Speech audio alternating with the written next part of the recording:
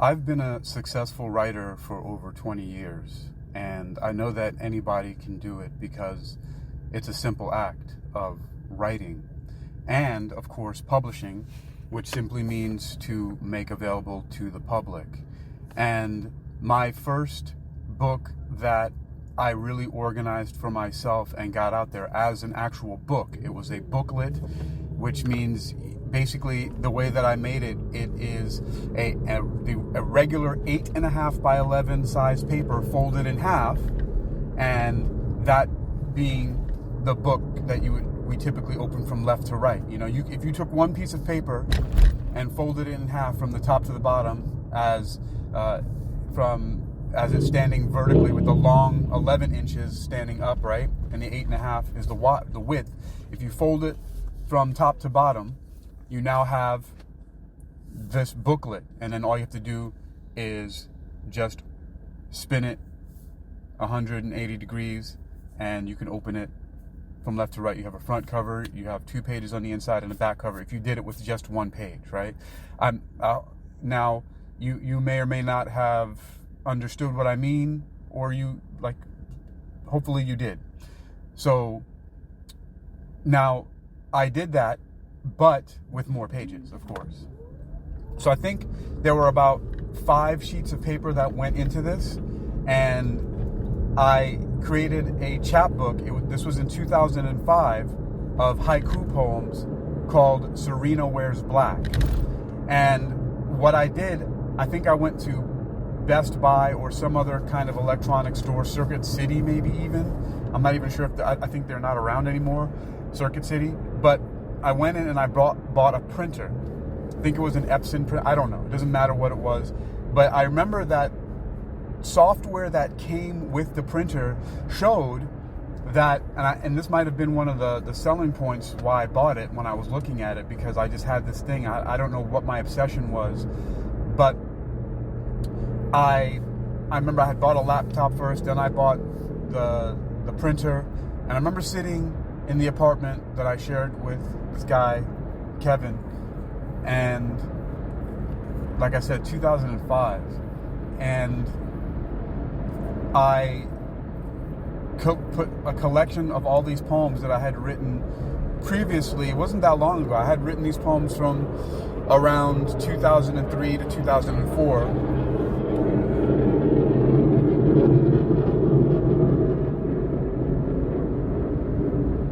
And they were all to this woman named Serena, who lived across the street from me. First she lived across the hall, and then she moved across the street. And she was this goth chick, and she wore all black, and she had a cat named Zero. And anyway, so I was completely infatuated with her, and so nothing ever went on between us, although she did hint. She tried to kind of lure me into her apartment a couple times. Well, it's, whatever. I mean, there's nothing wrong with that. Like, people are attracted to each other. But I just remember it's just a funny story. And so I wrote over 200 haiku poems to her, or somewhere near that. And I would give them to her on these little pieces of paper every day. And then eventually in 2005, when I was living with this guy, Kevin, like I said, I eventually put them all together, because I would simultaneously write them on some little sheet of paper or something to give to her, and then I would copy them into a notebook. So I had this whole collection of these haiku. And so bought this printer. It had this booklet form thing that you could do it, so I started printing them off myself. And then I started having to buy ink more and more to print, of course, so I was printing all these booklets and giving them to people. And the other thing I did really quickly right after that is I folded it in half, but I realized, they need to be, fastened together somehow. And I quickly realized I needed to buy something called a long reach stapler. So together with this printer and my poems and a long reach stapler, which is all I needed, I started printing out and publishing my own haiku chapbook. And that was one of my first, not the first, but one of my first forays into self-publishing. And I was doing things before that when when I was in high school, I would write all these haiku and other long form prose and different stories, and I would simply photocopy them and give them to people. And I eventually started putting them into these plastic sheet protectors and getting binders and doing all kind of stuff like that. And then, with music, when CD burners came out, I was burning CDs, and then when MP3s, and then you can put them online and so on and so forth. So I've been doing that stuff for a long time. But Serena Wears Black really was a milestone for me because of the way that the book was written, how it was organized, and it was just very thematic because it was to one person, and it was just this work of infatuation, lust, and passion. And it's a very powerful piece of work. I mean, there are people to this day who say, yeah, I still have it. It's like one of the things that are on my bookshelf or most prominent that I keep and open and read from time to time. And I think that's fascinating, because people share the way that I felt. The poetry was very, it was very, I would say, just imaginative, evocative. Yeah, evocative would be a great word for it. It had a lot of visual imagery, some stunning visual imagery, and it was also dark. So it had a lot of things. It was sexual, it was dark, it was very evocative in so many ways. It had themes of death, and so that was a very fun project. And I remember being very excited, and eventually, as I was saying, I had to start, I kept on having to buy ink, and I realized, I don't need any color ink because the whole thing was just in black and white. And I found this printer who lived down the street from where Kevin and I eventually moved to, in a house on Ventura and near Balboa. Not quite there. What was the other street? I don't remember, but there was a gym called Bodies in Motion that I worked at as a trainer. And an Armenian guy owned it. He had a little print shop right there on Ventura Boulevard next to the park. There's a park right there. What is that park? Anyway, I'm starting to kind of miss California. I'm going to eventually probably end up going back out there. I was there a couple years ago, I think in 2023. It's 2026 now, so I was there 23, 24. And so, and then I started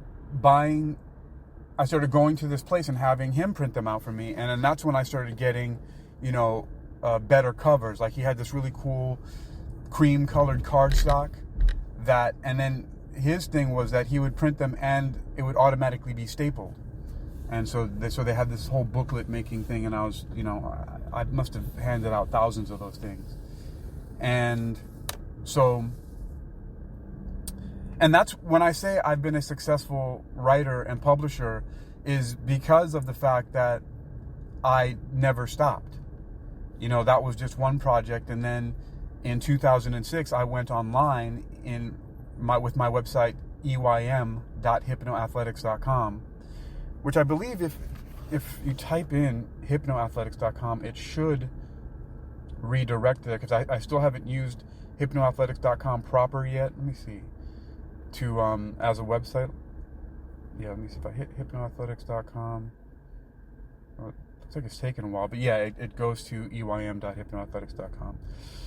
But I still haven't decided to use Hypnoathletics yet. I still just use the subdomain EYM, which stands for Exercising Your Mind, because that was when I started going to school for clinical hypnosis at the Hypnosis Motivation Institute. You can find them at hypnosis.edu. For America's first nationally accredited college of hypnosis. And so, and at that time in 2004, I also had previously started working at a gym, Bodies in Motion, as a personal trainer and then a group fitness instructor. And so I had been printing and publishing. So I was talking about the cream colored paper, the covers. I was printing them out, I was giving them away. Must have given out thousands of copies. And so that's right. The website It's called hypnoathletics because I was a trainer and a group fitness instructor, and then I started going to school for clinical hypnosis, which happened because I was actually looking to go to start doing some more pre-med classes to start becoming a psychiatrist, and then I realized that this was a quick route to start helping people without all of that stuff. Plus, I'm not a very, I don't think I would be a very good person with that school. It's just borne out that I'm not cut out for that kind of stuff. Or maybe I am, but I just didn't have the capacity at the time. I don't know. Maybe it's not good for me. So, but what's going on here? Oh, there we go. So that's where hypnoathletics came from. It was a combination of the fact that I was learning clinical hypnosis and I was already an athlete, and then I also noticed a lot of similarities between being a fitness trainer, a group fitness instructor, and a clinical hypnotist, which is simply that being a fitness trainer is a form of hypnosis. Actually, a lot of things are. I created an acronym to communicate that, which is PITCH, pitch, and that's communicating that programming, influencing, training, and conditioning are hypnosis. And that's across the board. And even things that are considered to be metaphysical are, in fact, hypnotic. If you look at a lot of the ways that all of these different consciousness and personal development and self-help stuff and all the new age things go, they're all various different forms of hypnosis, just going by different names. All the meditation disciplines and philosophies, all of the stuff, going way back, it doesn't matter how you look at it, all the traditions that have any aspect of changing your behavior in any way, shape, or form, changing or controlling it, it's all hypnosis. You can call it what you want, but they're all the same thing. I'm calling it hypnosis because I have training, right? I've been hypnotized to that specific language, so I'm calling it hypnosis. To a hammer, everything looks like a nail. To a hypnotist, everybody should be, well, in my case, dehypnotized. But it's all the same. Some people have been programmed for things that are not good for them, so they need to be reprogrammed or deprogrammed. So deprogrammed from the things that are not good for them and reprogrammed for things that are good for them. Some people have been influenced for things that are not good for them. They need to be de-influenced or uninfluenced from things that are not good for them and re-influenced with things, or influenced otherwise with things that are good for them, so on and so forth. I can go down the line. Training. People have been trained. Things that are not good need to be untrained, retrained. Conditioned. Unconditioned, reconditioned, however you like to put it. Hypnotized, dehypnotized, rehypnotized. It's all the same thing. Now, and so 20 years, it's been more than 20 years since I've been a successful writer and been a publisher, self-publishing. And some people who are really caught up in a lot of old school, outdated, basically just dinosaur, archaic, closed-minded ideas will say that, blogging is not really writing. Just like how people try to claim that if you don't belong to one of the major news publication houses or TV stations, that you're not a real journalist. It's all BS. A lot of you can be whatever you want to be. You do not need people's permission to do most things in this world, and really anything at all. It's just that everything needs to have checks and balances, of course, it's stupid that I have to make these kind of disclaimers, but of course, you need to have the appropriate training to be a brain surgeon before you try to operate on people's brains or do any kind of other medical procedures, right? You can't, there's certain things you just don't do because you can seriously hurt yourself and or other people, and that's not what we're aiming for in this world. So, but most things you really don't need people's permission for. And I never asked for permission to be a writer or to be a publisher. I just wanted to do it, and so I did it. And the world will judge you based on what you do. And you will never know whether or not you are well received by the things that you do if you don't do anything. And so I found out the hard way whether or not people were going to receive my writing well. And thankfully, as far as I know, pretty much everyone that I gave my chapbook of haiku to, called Serena Wears Black, loved it. And there are people who still have copies of it, who, when I was living in China, for example, I reached out to a few people, and every single one of them emailed me back with either photos or photocopies or scans of the entire book, because I told them that I didn't have a copy with me in China, and I wanted to create a new a re-release of the book, which I still haven't done yet. It was released in 2005. 2025 was 20 years, so I may do a 21-year edition, which is cool because most people do everything at 5, 10, 20, 25, all the standard. And so this is just another way, due to my procrastination, that I will have a unique book, or at least a unique anniversary. And so this is how I've been successful, by continuing and not stopping for 20 years consistently with my first website that has been maintained online, and now various other ones that I've added to my whole network. And now I've added podcasts to that. And so I have a network of blogs and podcasts, and that's how I choose to communicate, through the written and spoken word. And I'm slowly finding ways, because of technology, to help myself earn a living from it. And it's very difficult. A lot of the things that I have to deal with. I mean,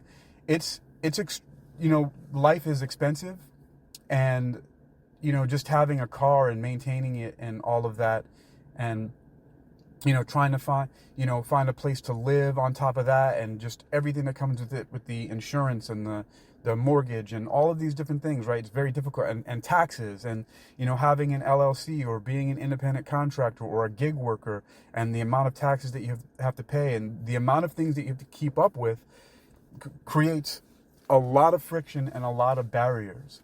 And I can tell you that it is very difficult and sometimes disheartening, and especially for a person like me who has, for my entire life, I've been vacillating between rage and sorrow.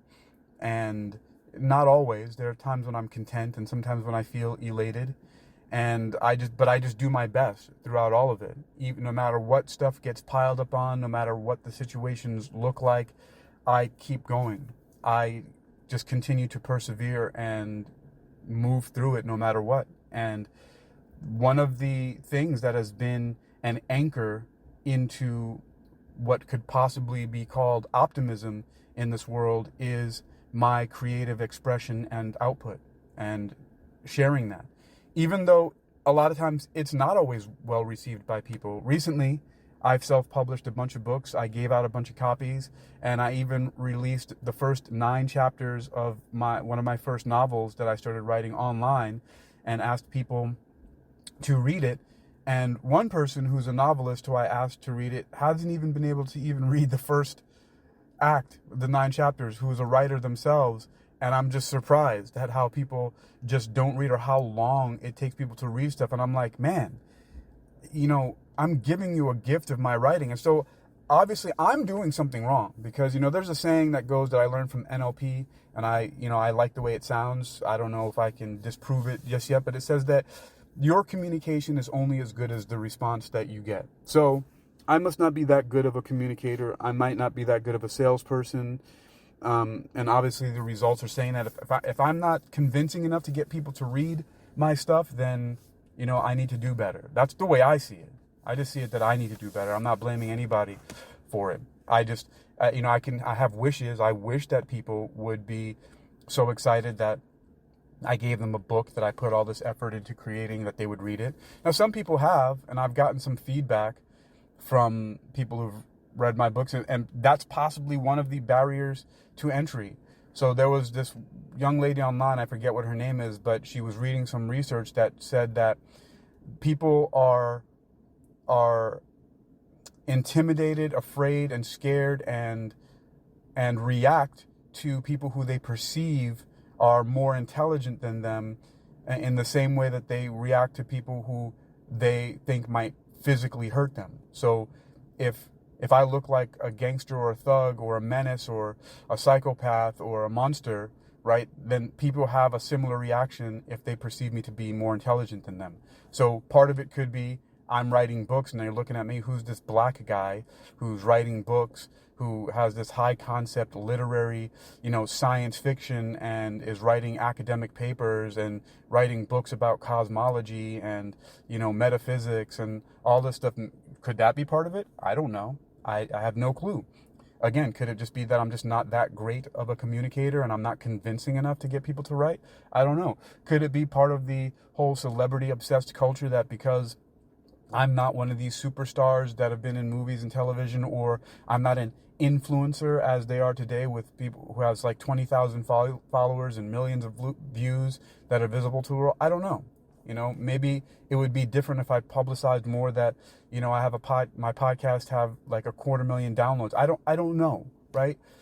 I don't know what it is, but it's not stopping me from doing anything, which is the main point here, which is one of the definitions of success that I have adopted, that when I was given a CD back in 2003 by a guy named Sean Michael, who I was down on his downline somewhere in this network marketing company called Prepaid Legal at the time, which is now called Legal Shield, and I still keep in touch with him on Instagram and I'm not Instagram, LinkedIn, and he's recently reached out and texted. I have his phone number now again, and I'm glad to be in touch with him.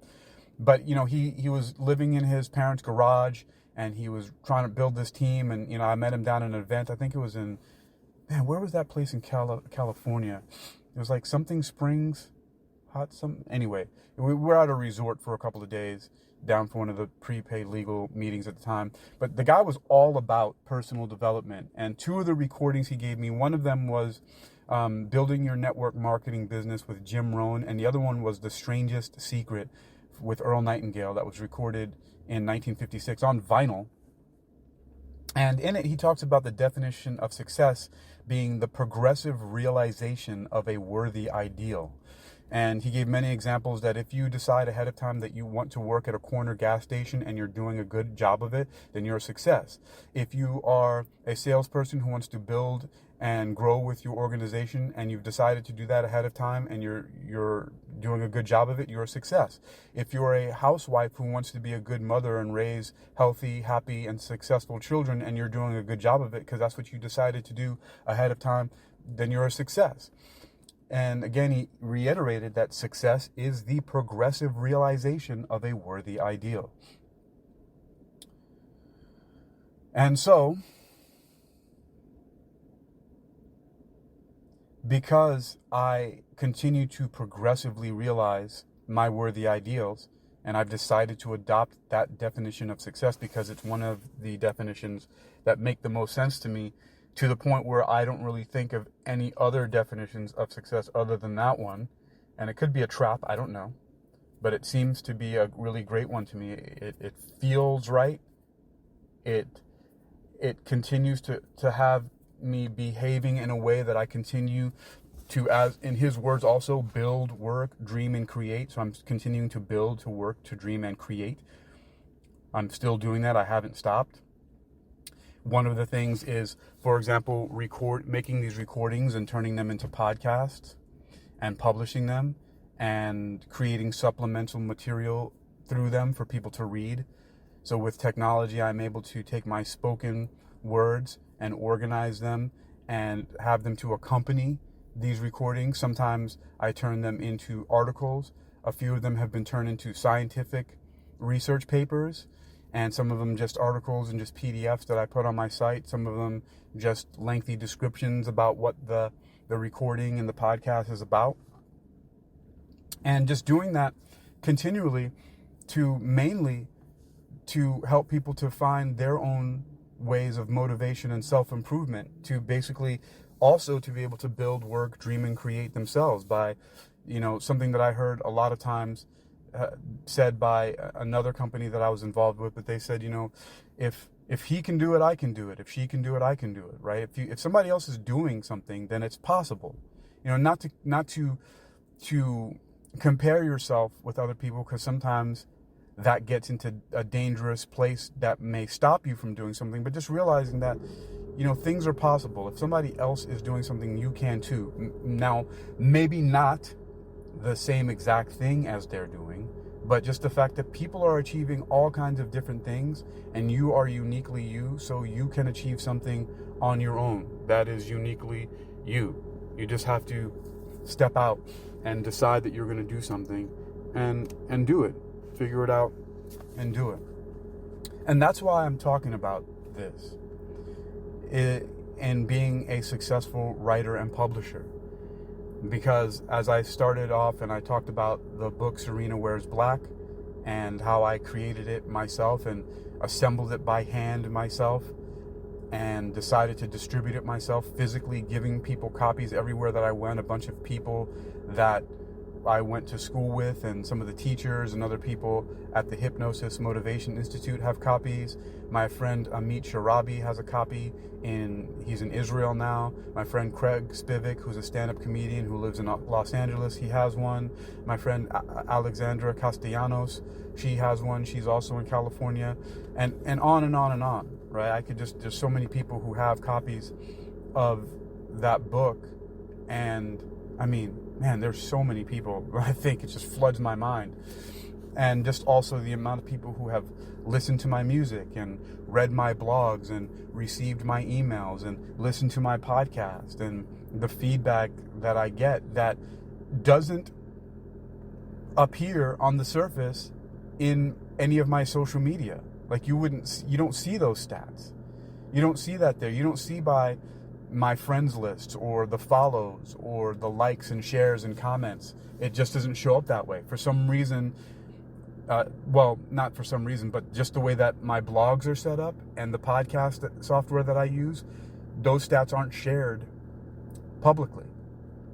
Unless I take the time to screenshot and put them somewhere, which I have a couple of times on my uniquequilibrium.com site, just because it just kind of looked cool, then people have no idea about what's going on behind the scenes and what's happening with these candid, just, stream of consciousness talks that I do. And so, what is this? New achievement unlocked. The episodes of the Eternality Axiom, Science Beyond the Edge. Cool. All right, so that was just a something that popped up on my screen, and that's the software that I use, Spreaker, which distributes out to you, iHeart, to Apple, to Amazon, Audible, to Podchaser, to so many different places. And I'm just learning more and more about distribution, and also realizing that this whole endeavor to be a one-person enterprise, I'm really not doing it on my own. I mean, I have an extensive support system. My older sister, who was in the Navy for 20 years, she's helped me. She gave me a place to stay when I first got back to the United States from China. One of my friends, Renee Cabrera, sent me money to help me out with my tickets getting back to the USA. My friend Sean, Wagmeister, helped me when I was leaving to go to China. My brother, Malin, who is a car salesman at Hall Toyota, gave me several bicycles. One he gave to me so I could ride around, and I used it to get to a gig at this place called the Green Parrot to do security. It was literally a 20-mile ride that I would ride an hour and 15 minutes every night, 3 nights in a row, to get there to work security, and also sometimes to go down the street to the gym, One Life Fitness, which I'm still now a member of, where I worked the front desk. And then while I was there, I got another personal trainer certification, worked there as a personal trainer for a little while, and on and on and on. Things, changed. And, so I'm not alone. And the fact that there are people behind the scenes who work at Spreaker, who have created the software, who put together the distribution system, who put together the system where I'm able to get supporters club and get ad share revenue and use it as a platform to be able to promote and make people aware of the fact that I'm an author, and so on and so forth, to the point now, if you Google my name, which I do sometimes to check how I'm showing up online, because I control my online narrative, it used to show that I was a musician. Now it shows that I'm an author. And, that's because of some of my music with some of the services I used when I published it before. It showed up on Amazon Music for sale. Now I have several books on Amazon and in other bookstores, and they're starting to pop up in all kinds of different bookstores that I didn't even know that they would be distributed to. And I'm really, I'm satisfied with that. But again, that goes back to the progressive realization of a worthy ideal.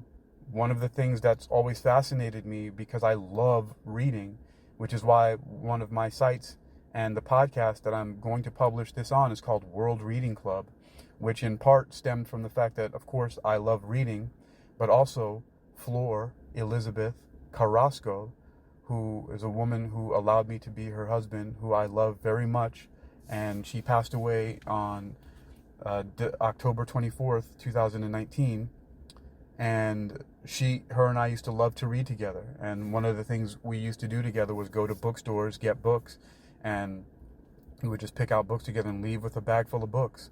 And then, when we were riding around, driving around, or if we were, like a lot of times when we lived in China together, we would take ferries from Xiamen to this island of Taiwan called Kinmen Island. We would read books and we'd talk about them, or we'd sit at hotels at night, or we'd be walking and we'd talk about the different books and things like that. And so part of it, World Reading Club was started in her honor. And so worldreadingclub.com spawned, and then, the podcast came a little bit later. Or which one came first? I think I don't remember.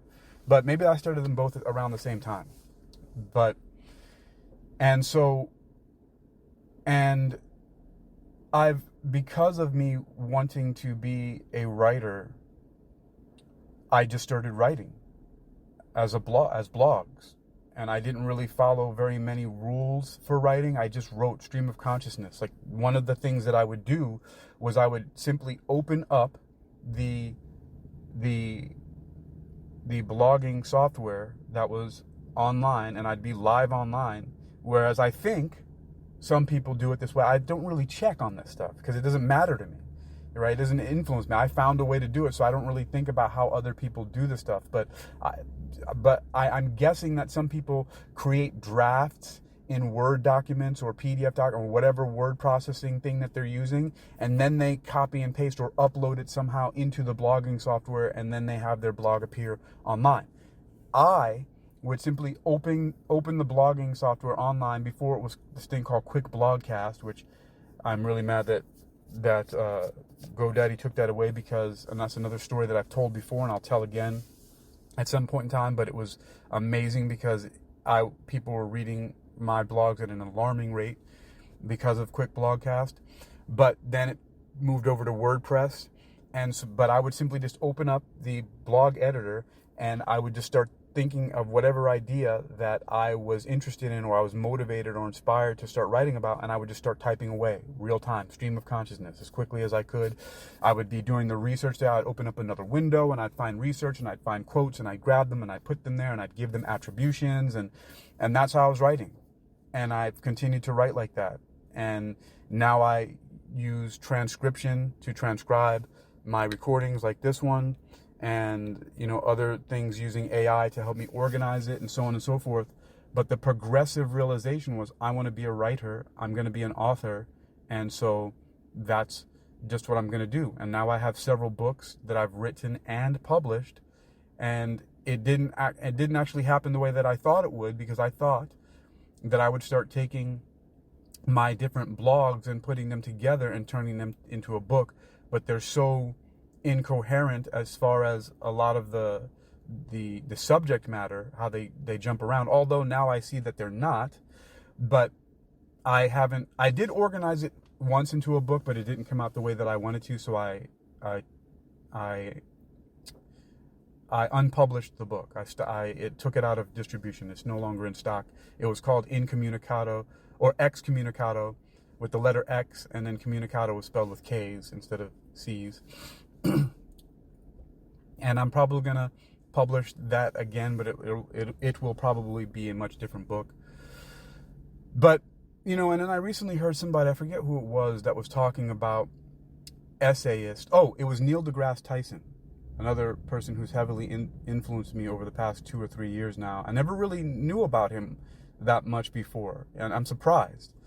But, he's a science communicator, and, he does a lot of really great work and has had a lot of really amazing milestones in his life. And I don't know, a lot more people should know about him. But I was looking at one of his podcasts today, and he was talking about how, if somebody writes essays frequently and, on a similar subject, eventually that's the way you can put together a book. And I think that's the way he said that he put together books and now has like 17 books that he's published. And so that's, the way that I was thinking that I would be blogging and eventually take that material and turn them into books. It didn't turn out that way. The first books that I published actually came from work that I started doing while I was studying online as a student at the University of Metaphysical Sciences, where I got a bachelor's, master's, and my PhD from. And so I turned several of the papers and my thesis into different books. One of them is no longer available, which was a book about demonology, and I had several different demonology books, and I just took them down. I just didn't like the way they were. I'm eventually going to republish them. And one of them is my PhD thesis, which is called Eternal Echoes: Metaphysical Inquiry into the Fate of the Universe, and it's a paper on the intersection of cosmology and metaphysics, and so basically the origins of how the universe started, how it might end, and philosophy, basically. And it was 66 pages long. I don't know how long it turns out in the published book. Do I have a copy of it here? I don't know how many pages. And I published it, on Amazon. It's called All That Blooms Must Die, Eternal Echoes of the Universe. Let me see how many pages it comes out to print with Amazon.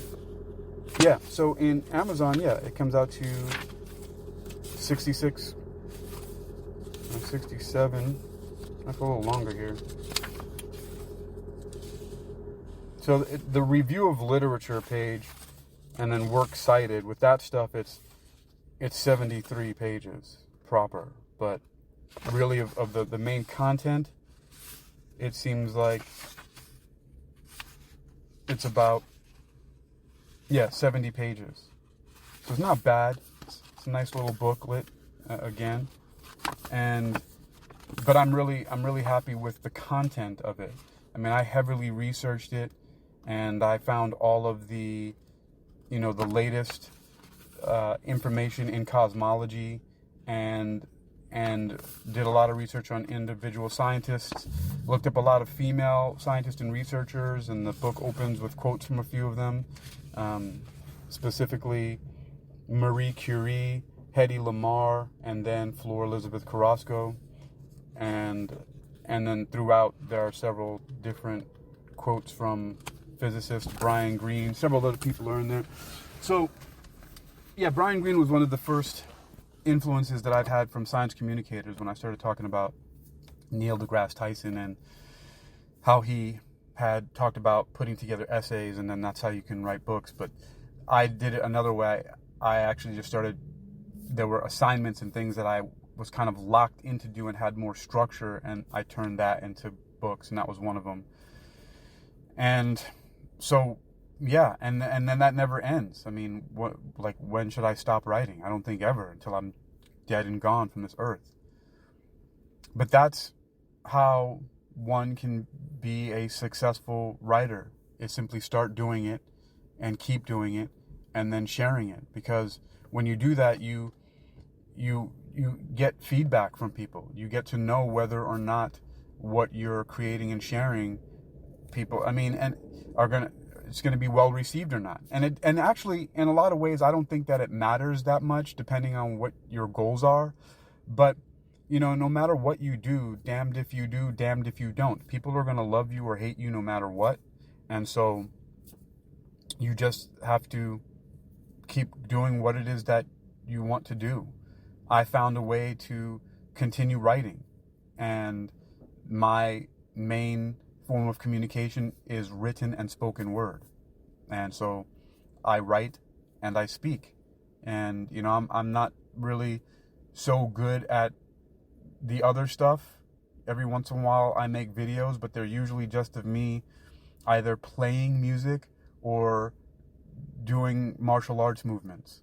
I mean, that's like really it, or else it would just be me talking. So I don't know sometimes why I should even record videos of that. And sometimes I record videos of me doing martial arts, and then I put my audio of me talking over it. So I realized that my form of communication is written and audio. That's really it. That's, and there are people out there who teach to try to do video and do other things, and you have to get on all the different platforms and this and that, but it's just, it is a very, very uncomfortable thing for me to do. And so I don't. But what's interesting about that is, in a way, by me focusing on the things that I'm most suited for, I'm finding ways to succeed through that. One of them with just being able to be consistent. And the things that I'm absolutely consistent with is, one, being a musician, and that's someone who writes lyrics, who is a vocalist and a singer. And I make the distinction because death metal is not singing, but it's vocalizing.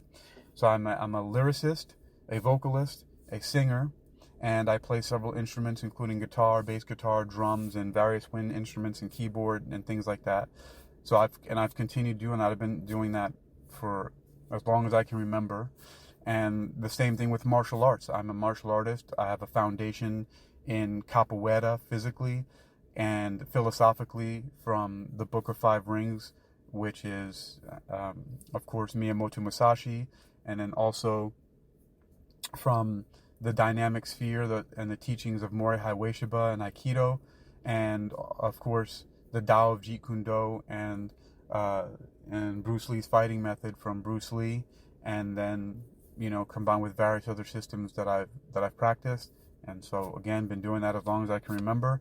And also metaphysics, which under that category I fit, research, reading, attending lectures, listening to and watching videos, and so live and recorded and written research, and then communication, writing that and philosophizing about that, and basically absorbing it, making it my own, and then sharing my perspectives on it. So those are the things, and I've maintained doing that all my life: metaphysics, music, martial arts, and the main way that I communicate those things are through the written and spoken word, or writing and audio mainly.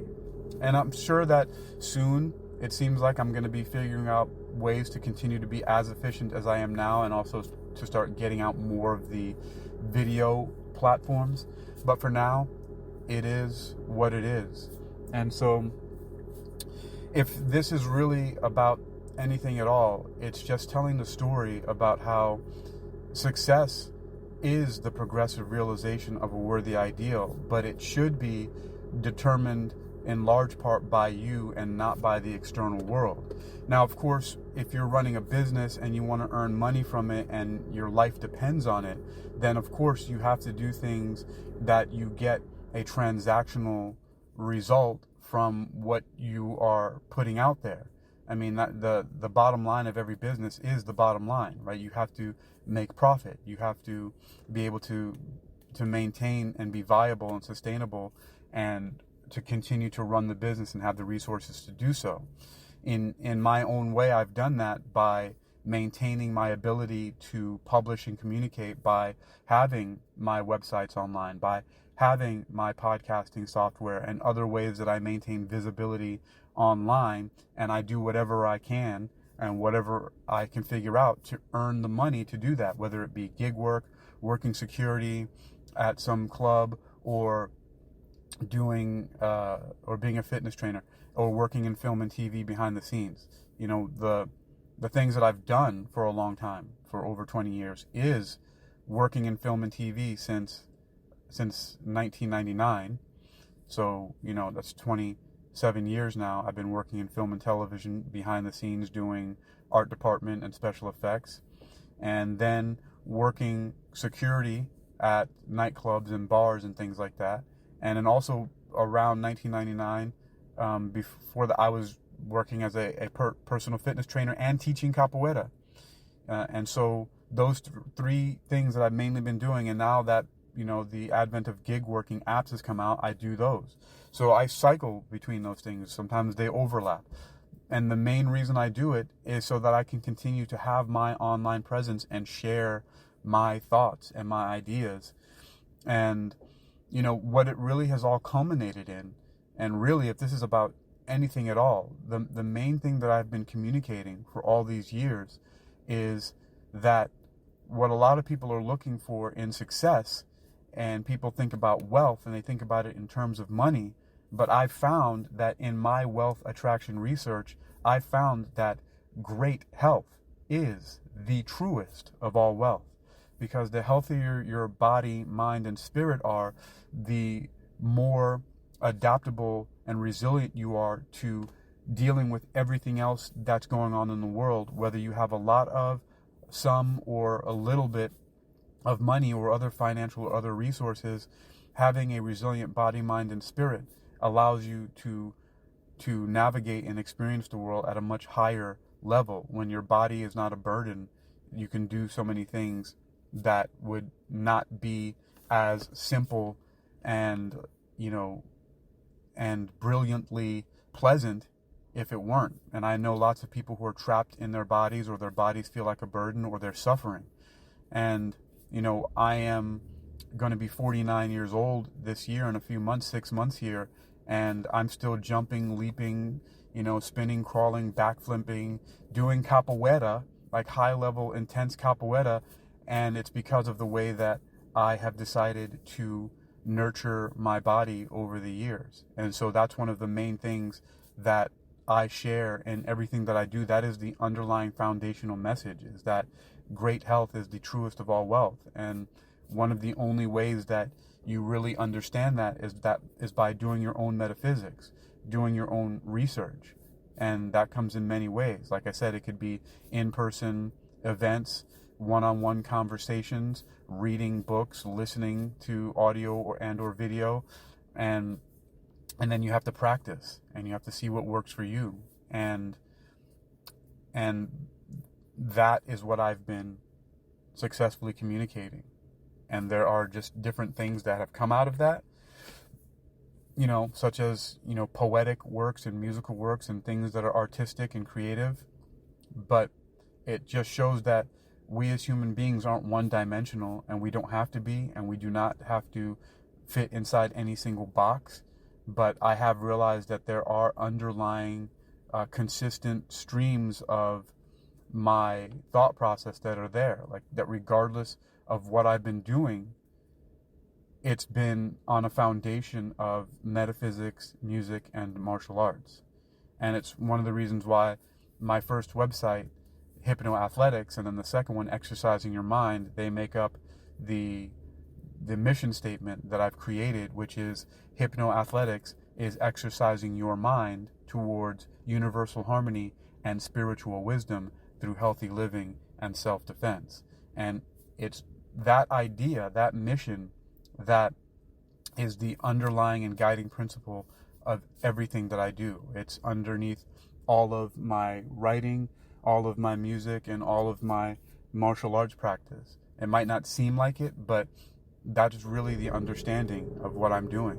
I found that exercising your mind, right, is a way to go towards universal harmony and spiritual wisdom through healthy living and self-defense. Universal harmony could be another way of saying love, right? Spiritual wisdom is another way of saying, like, compassion and kindness, understanding compassion and kindness.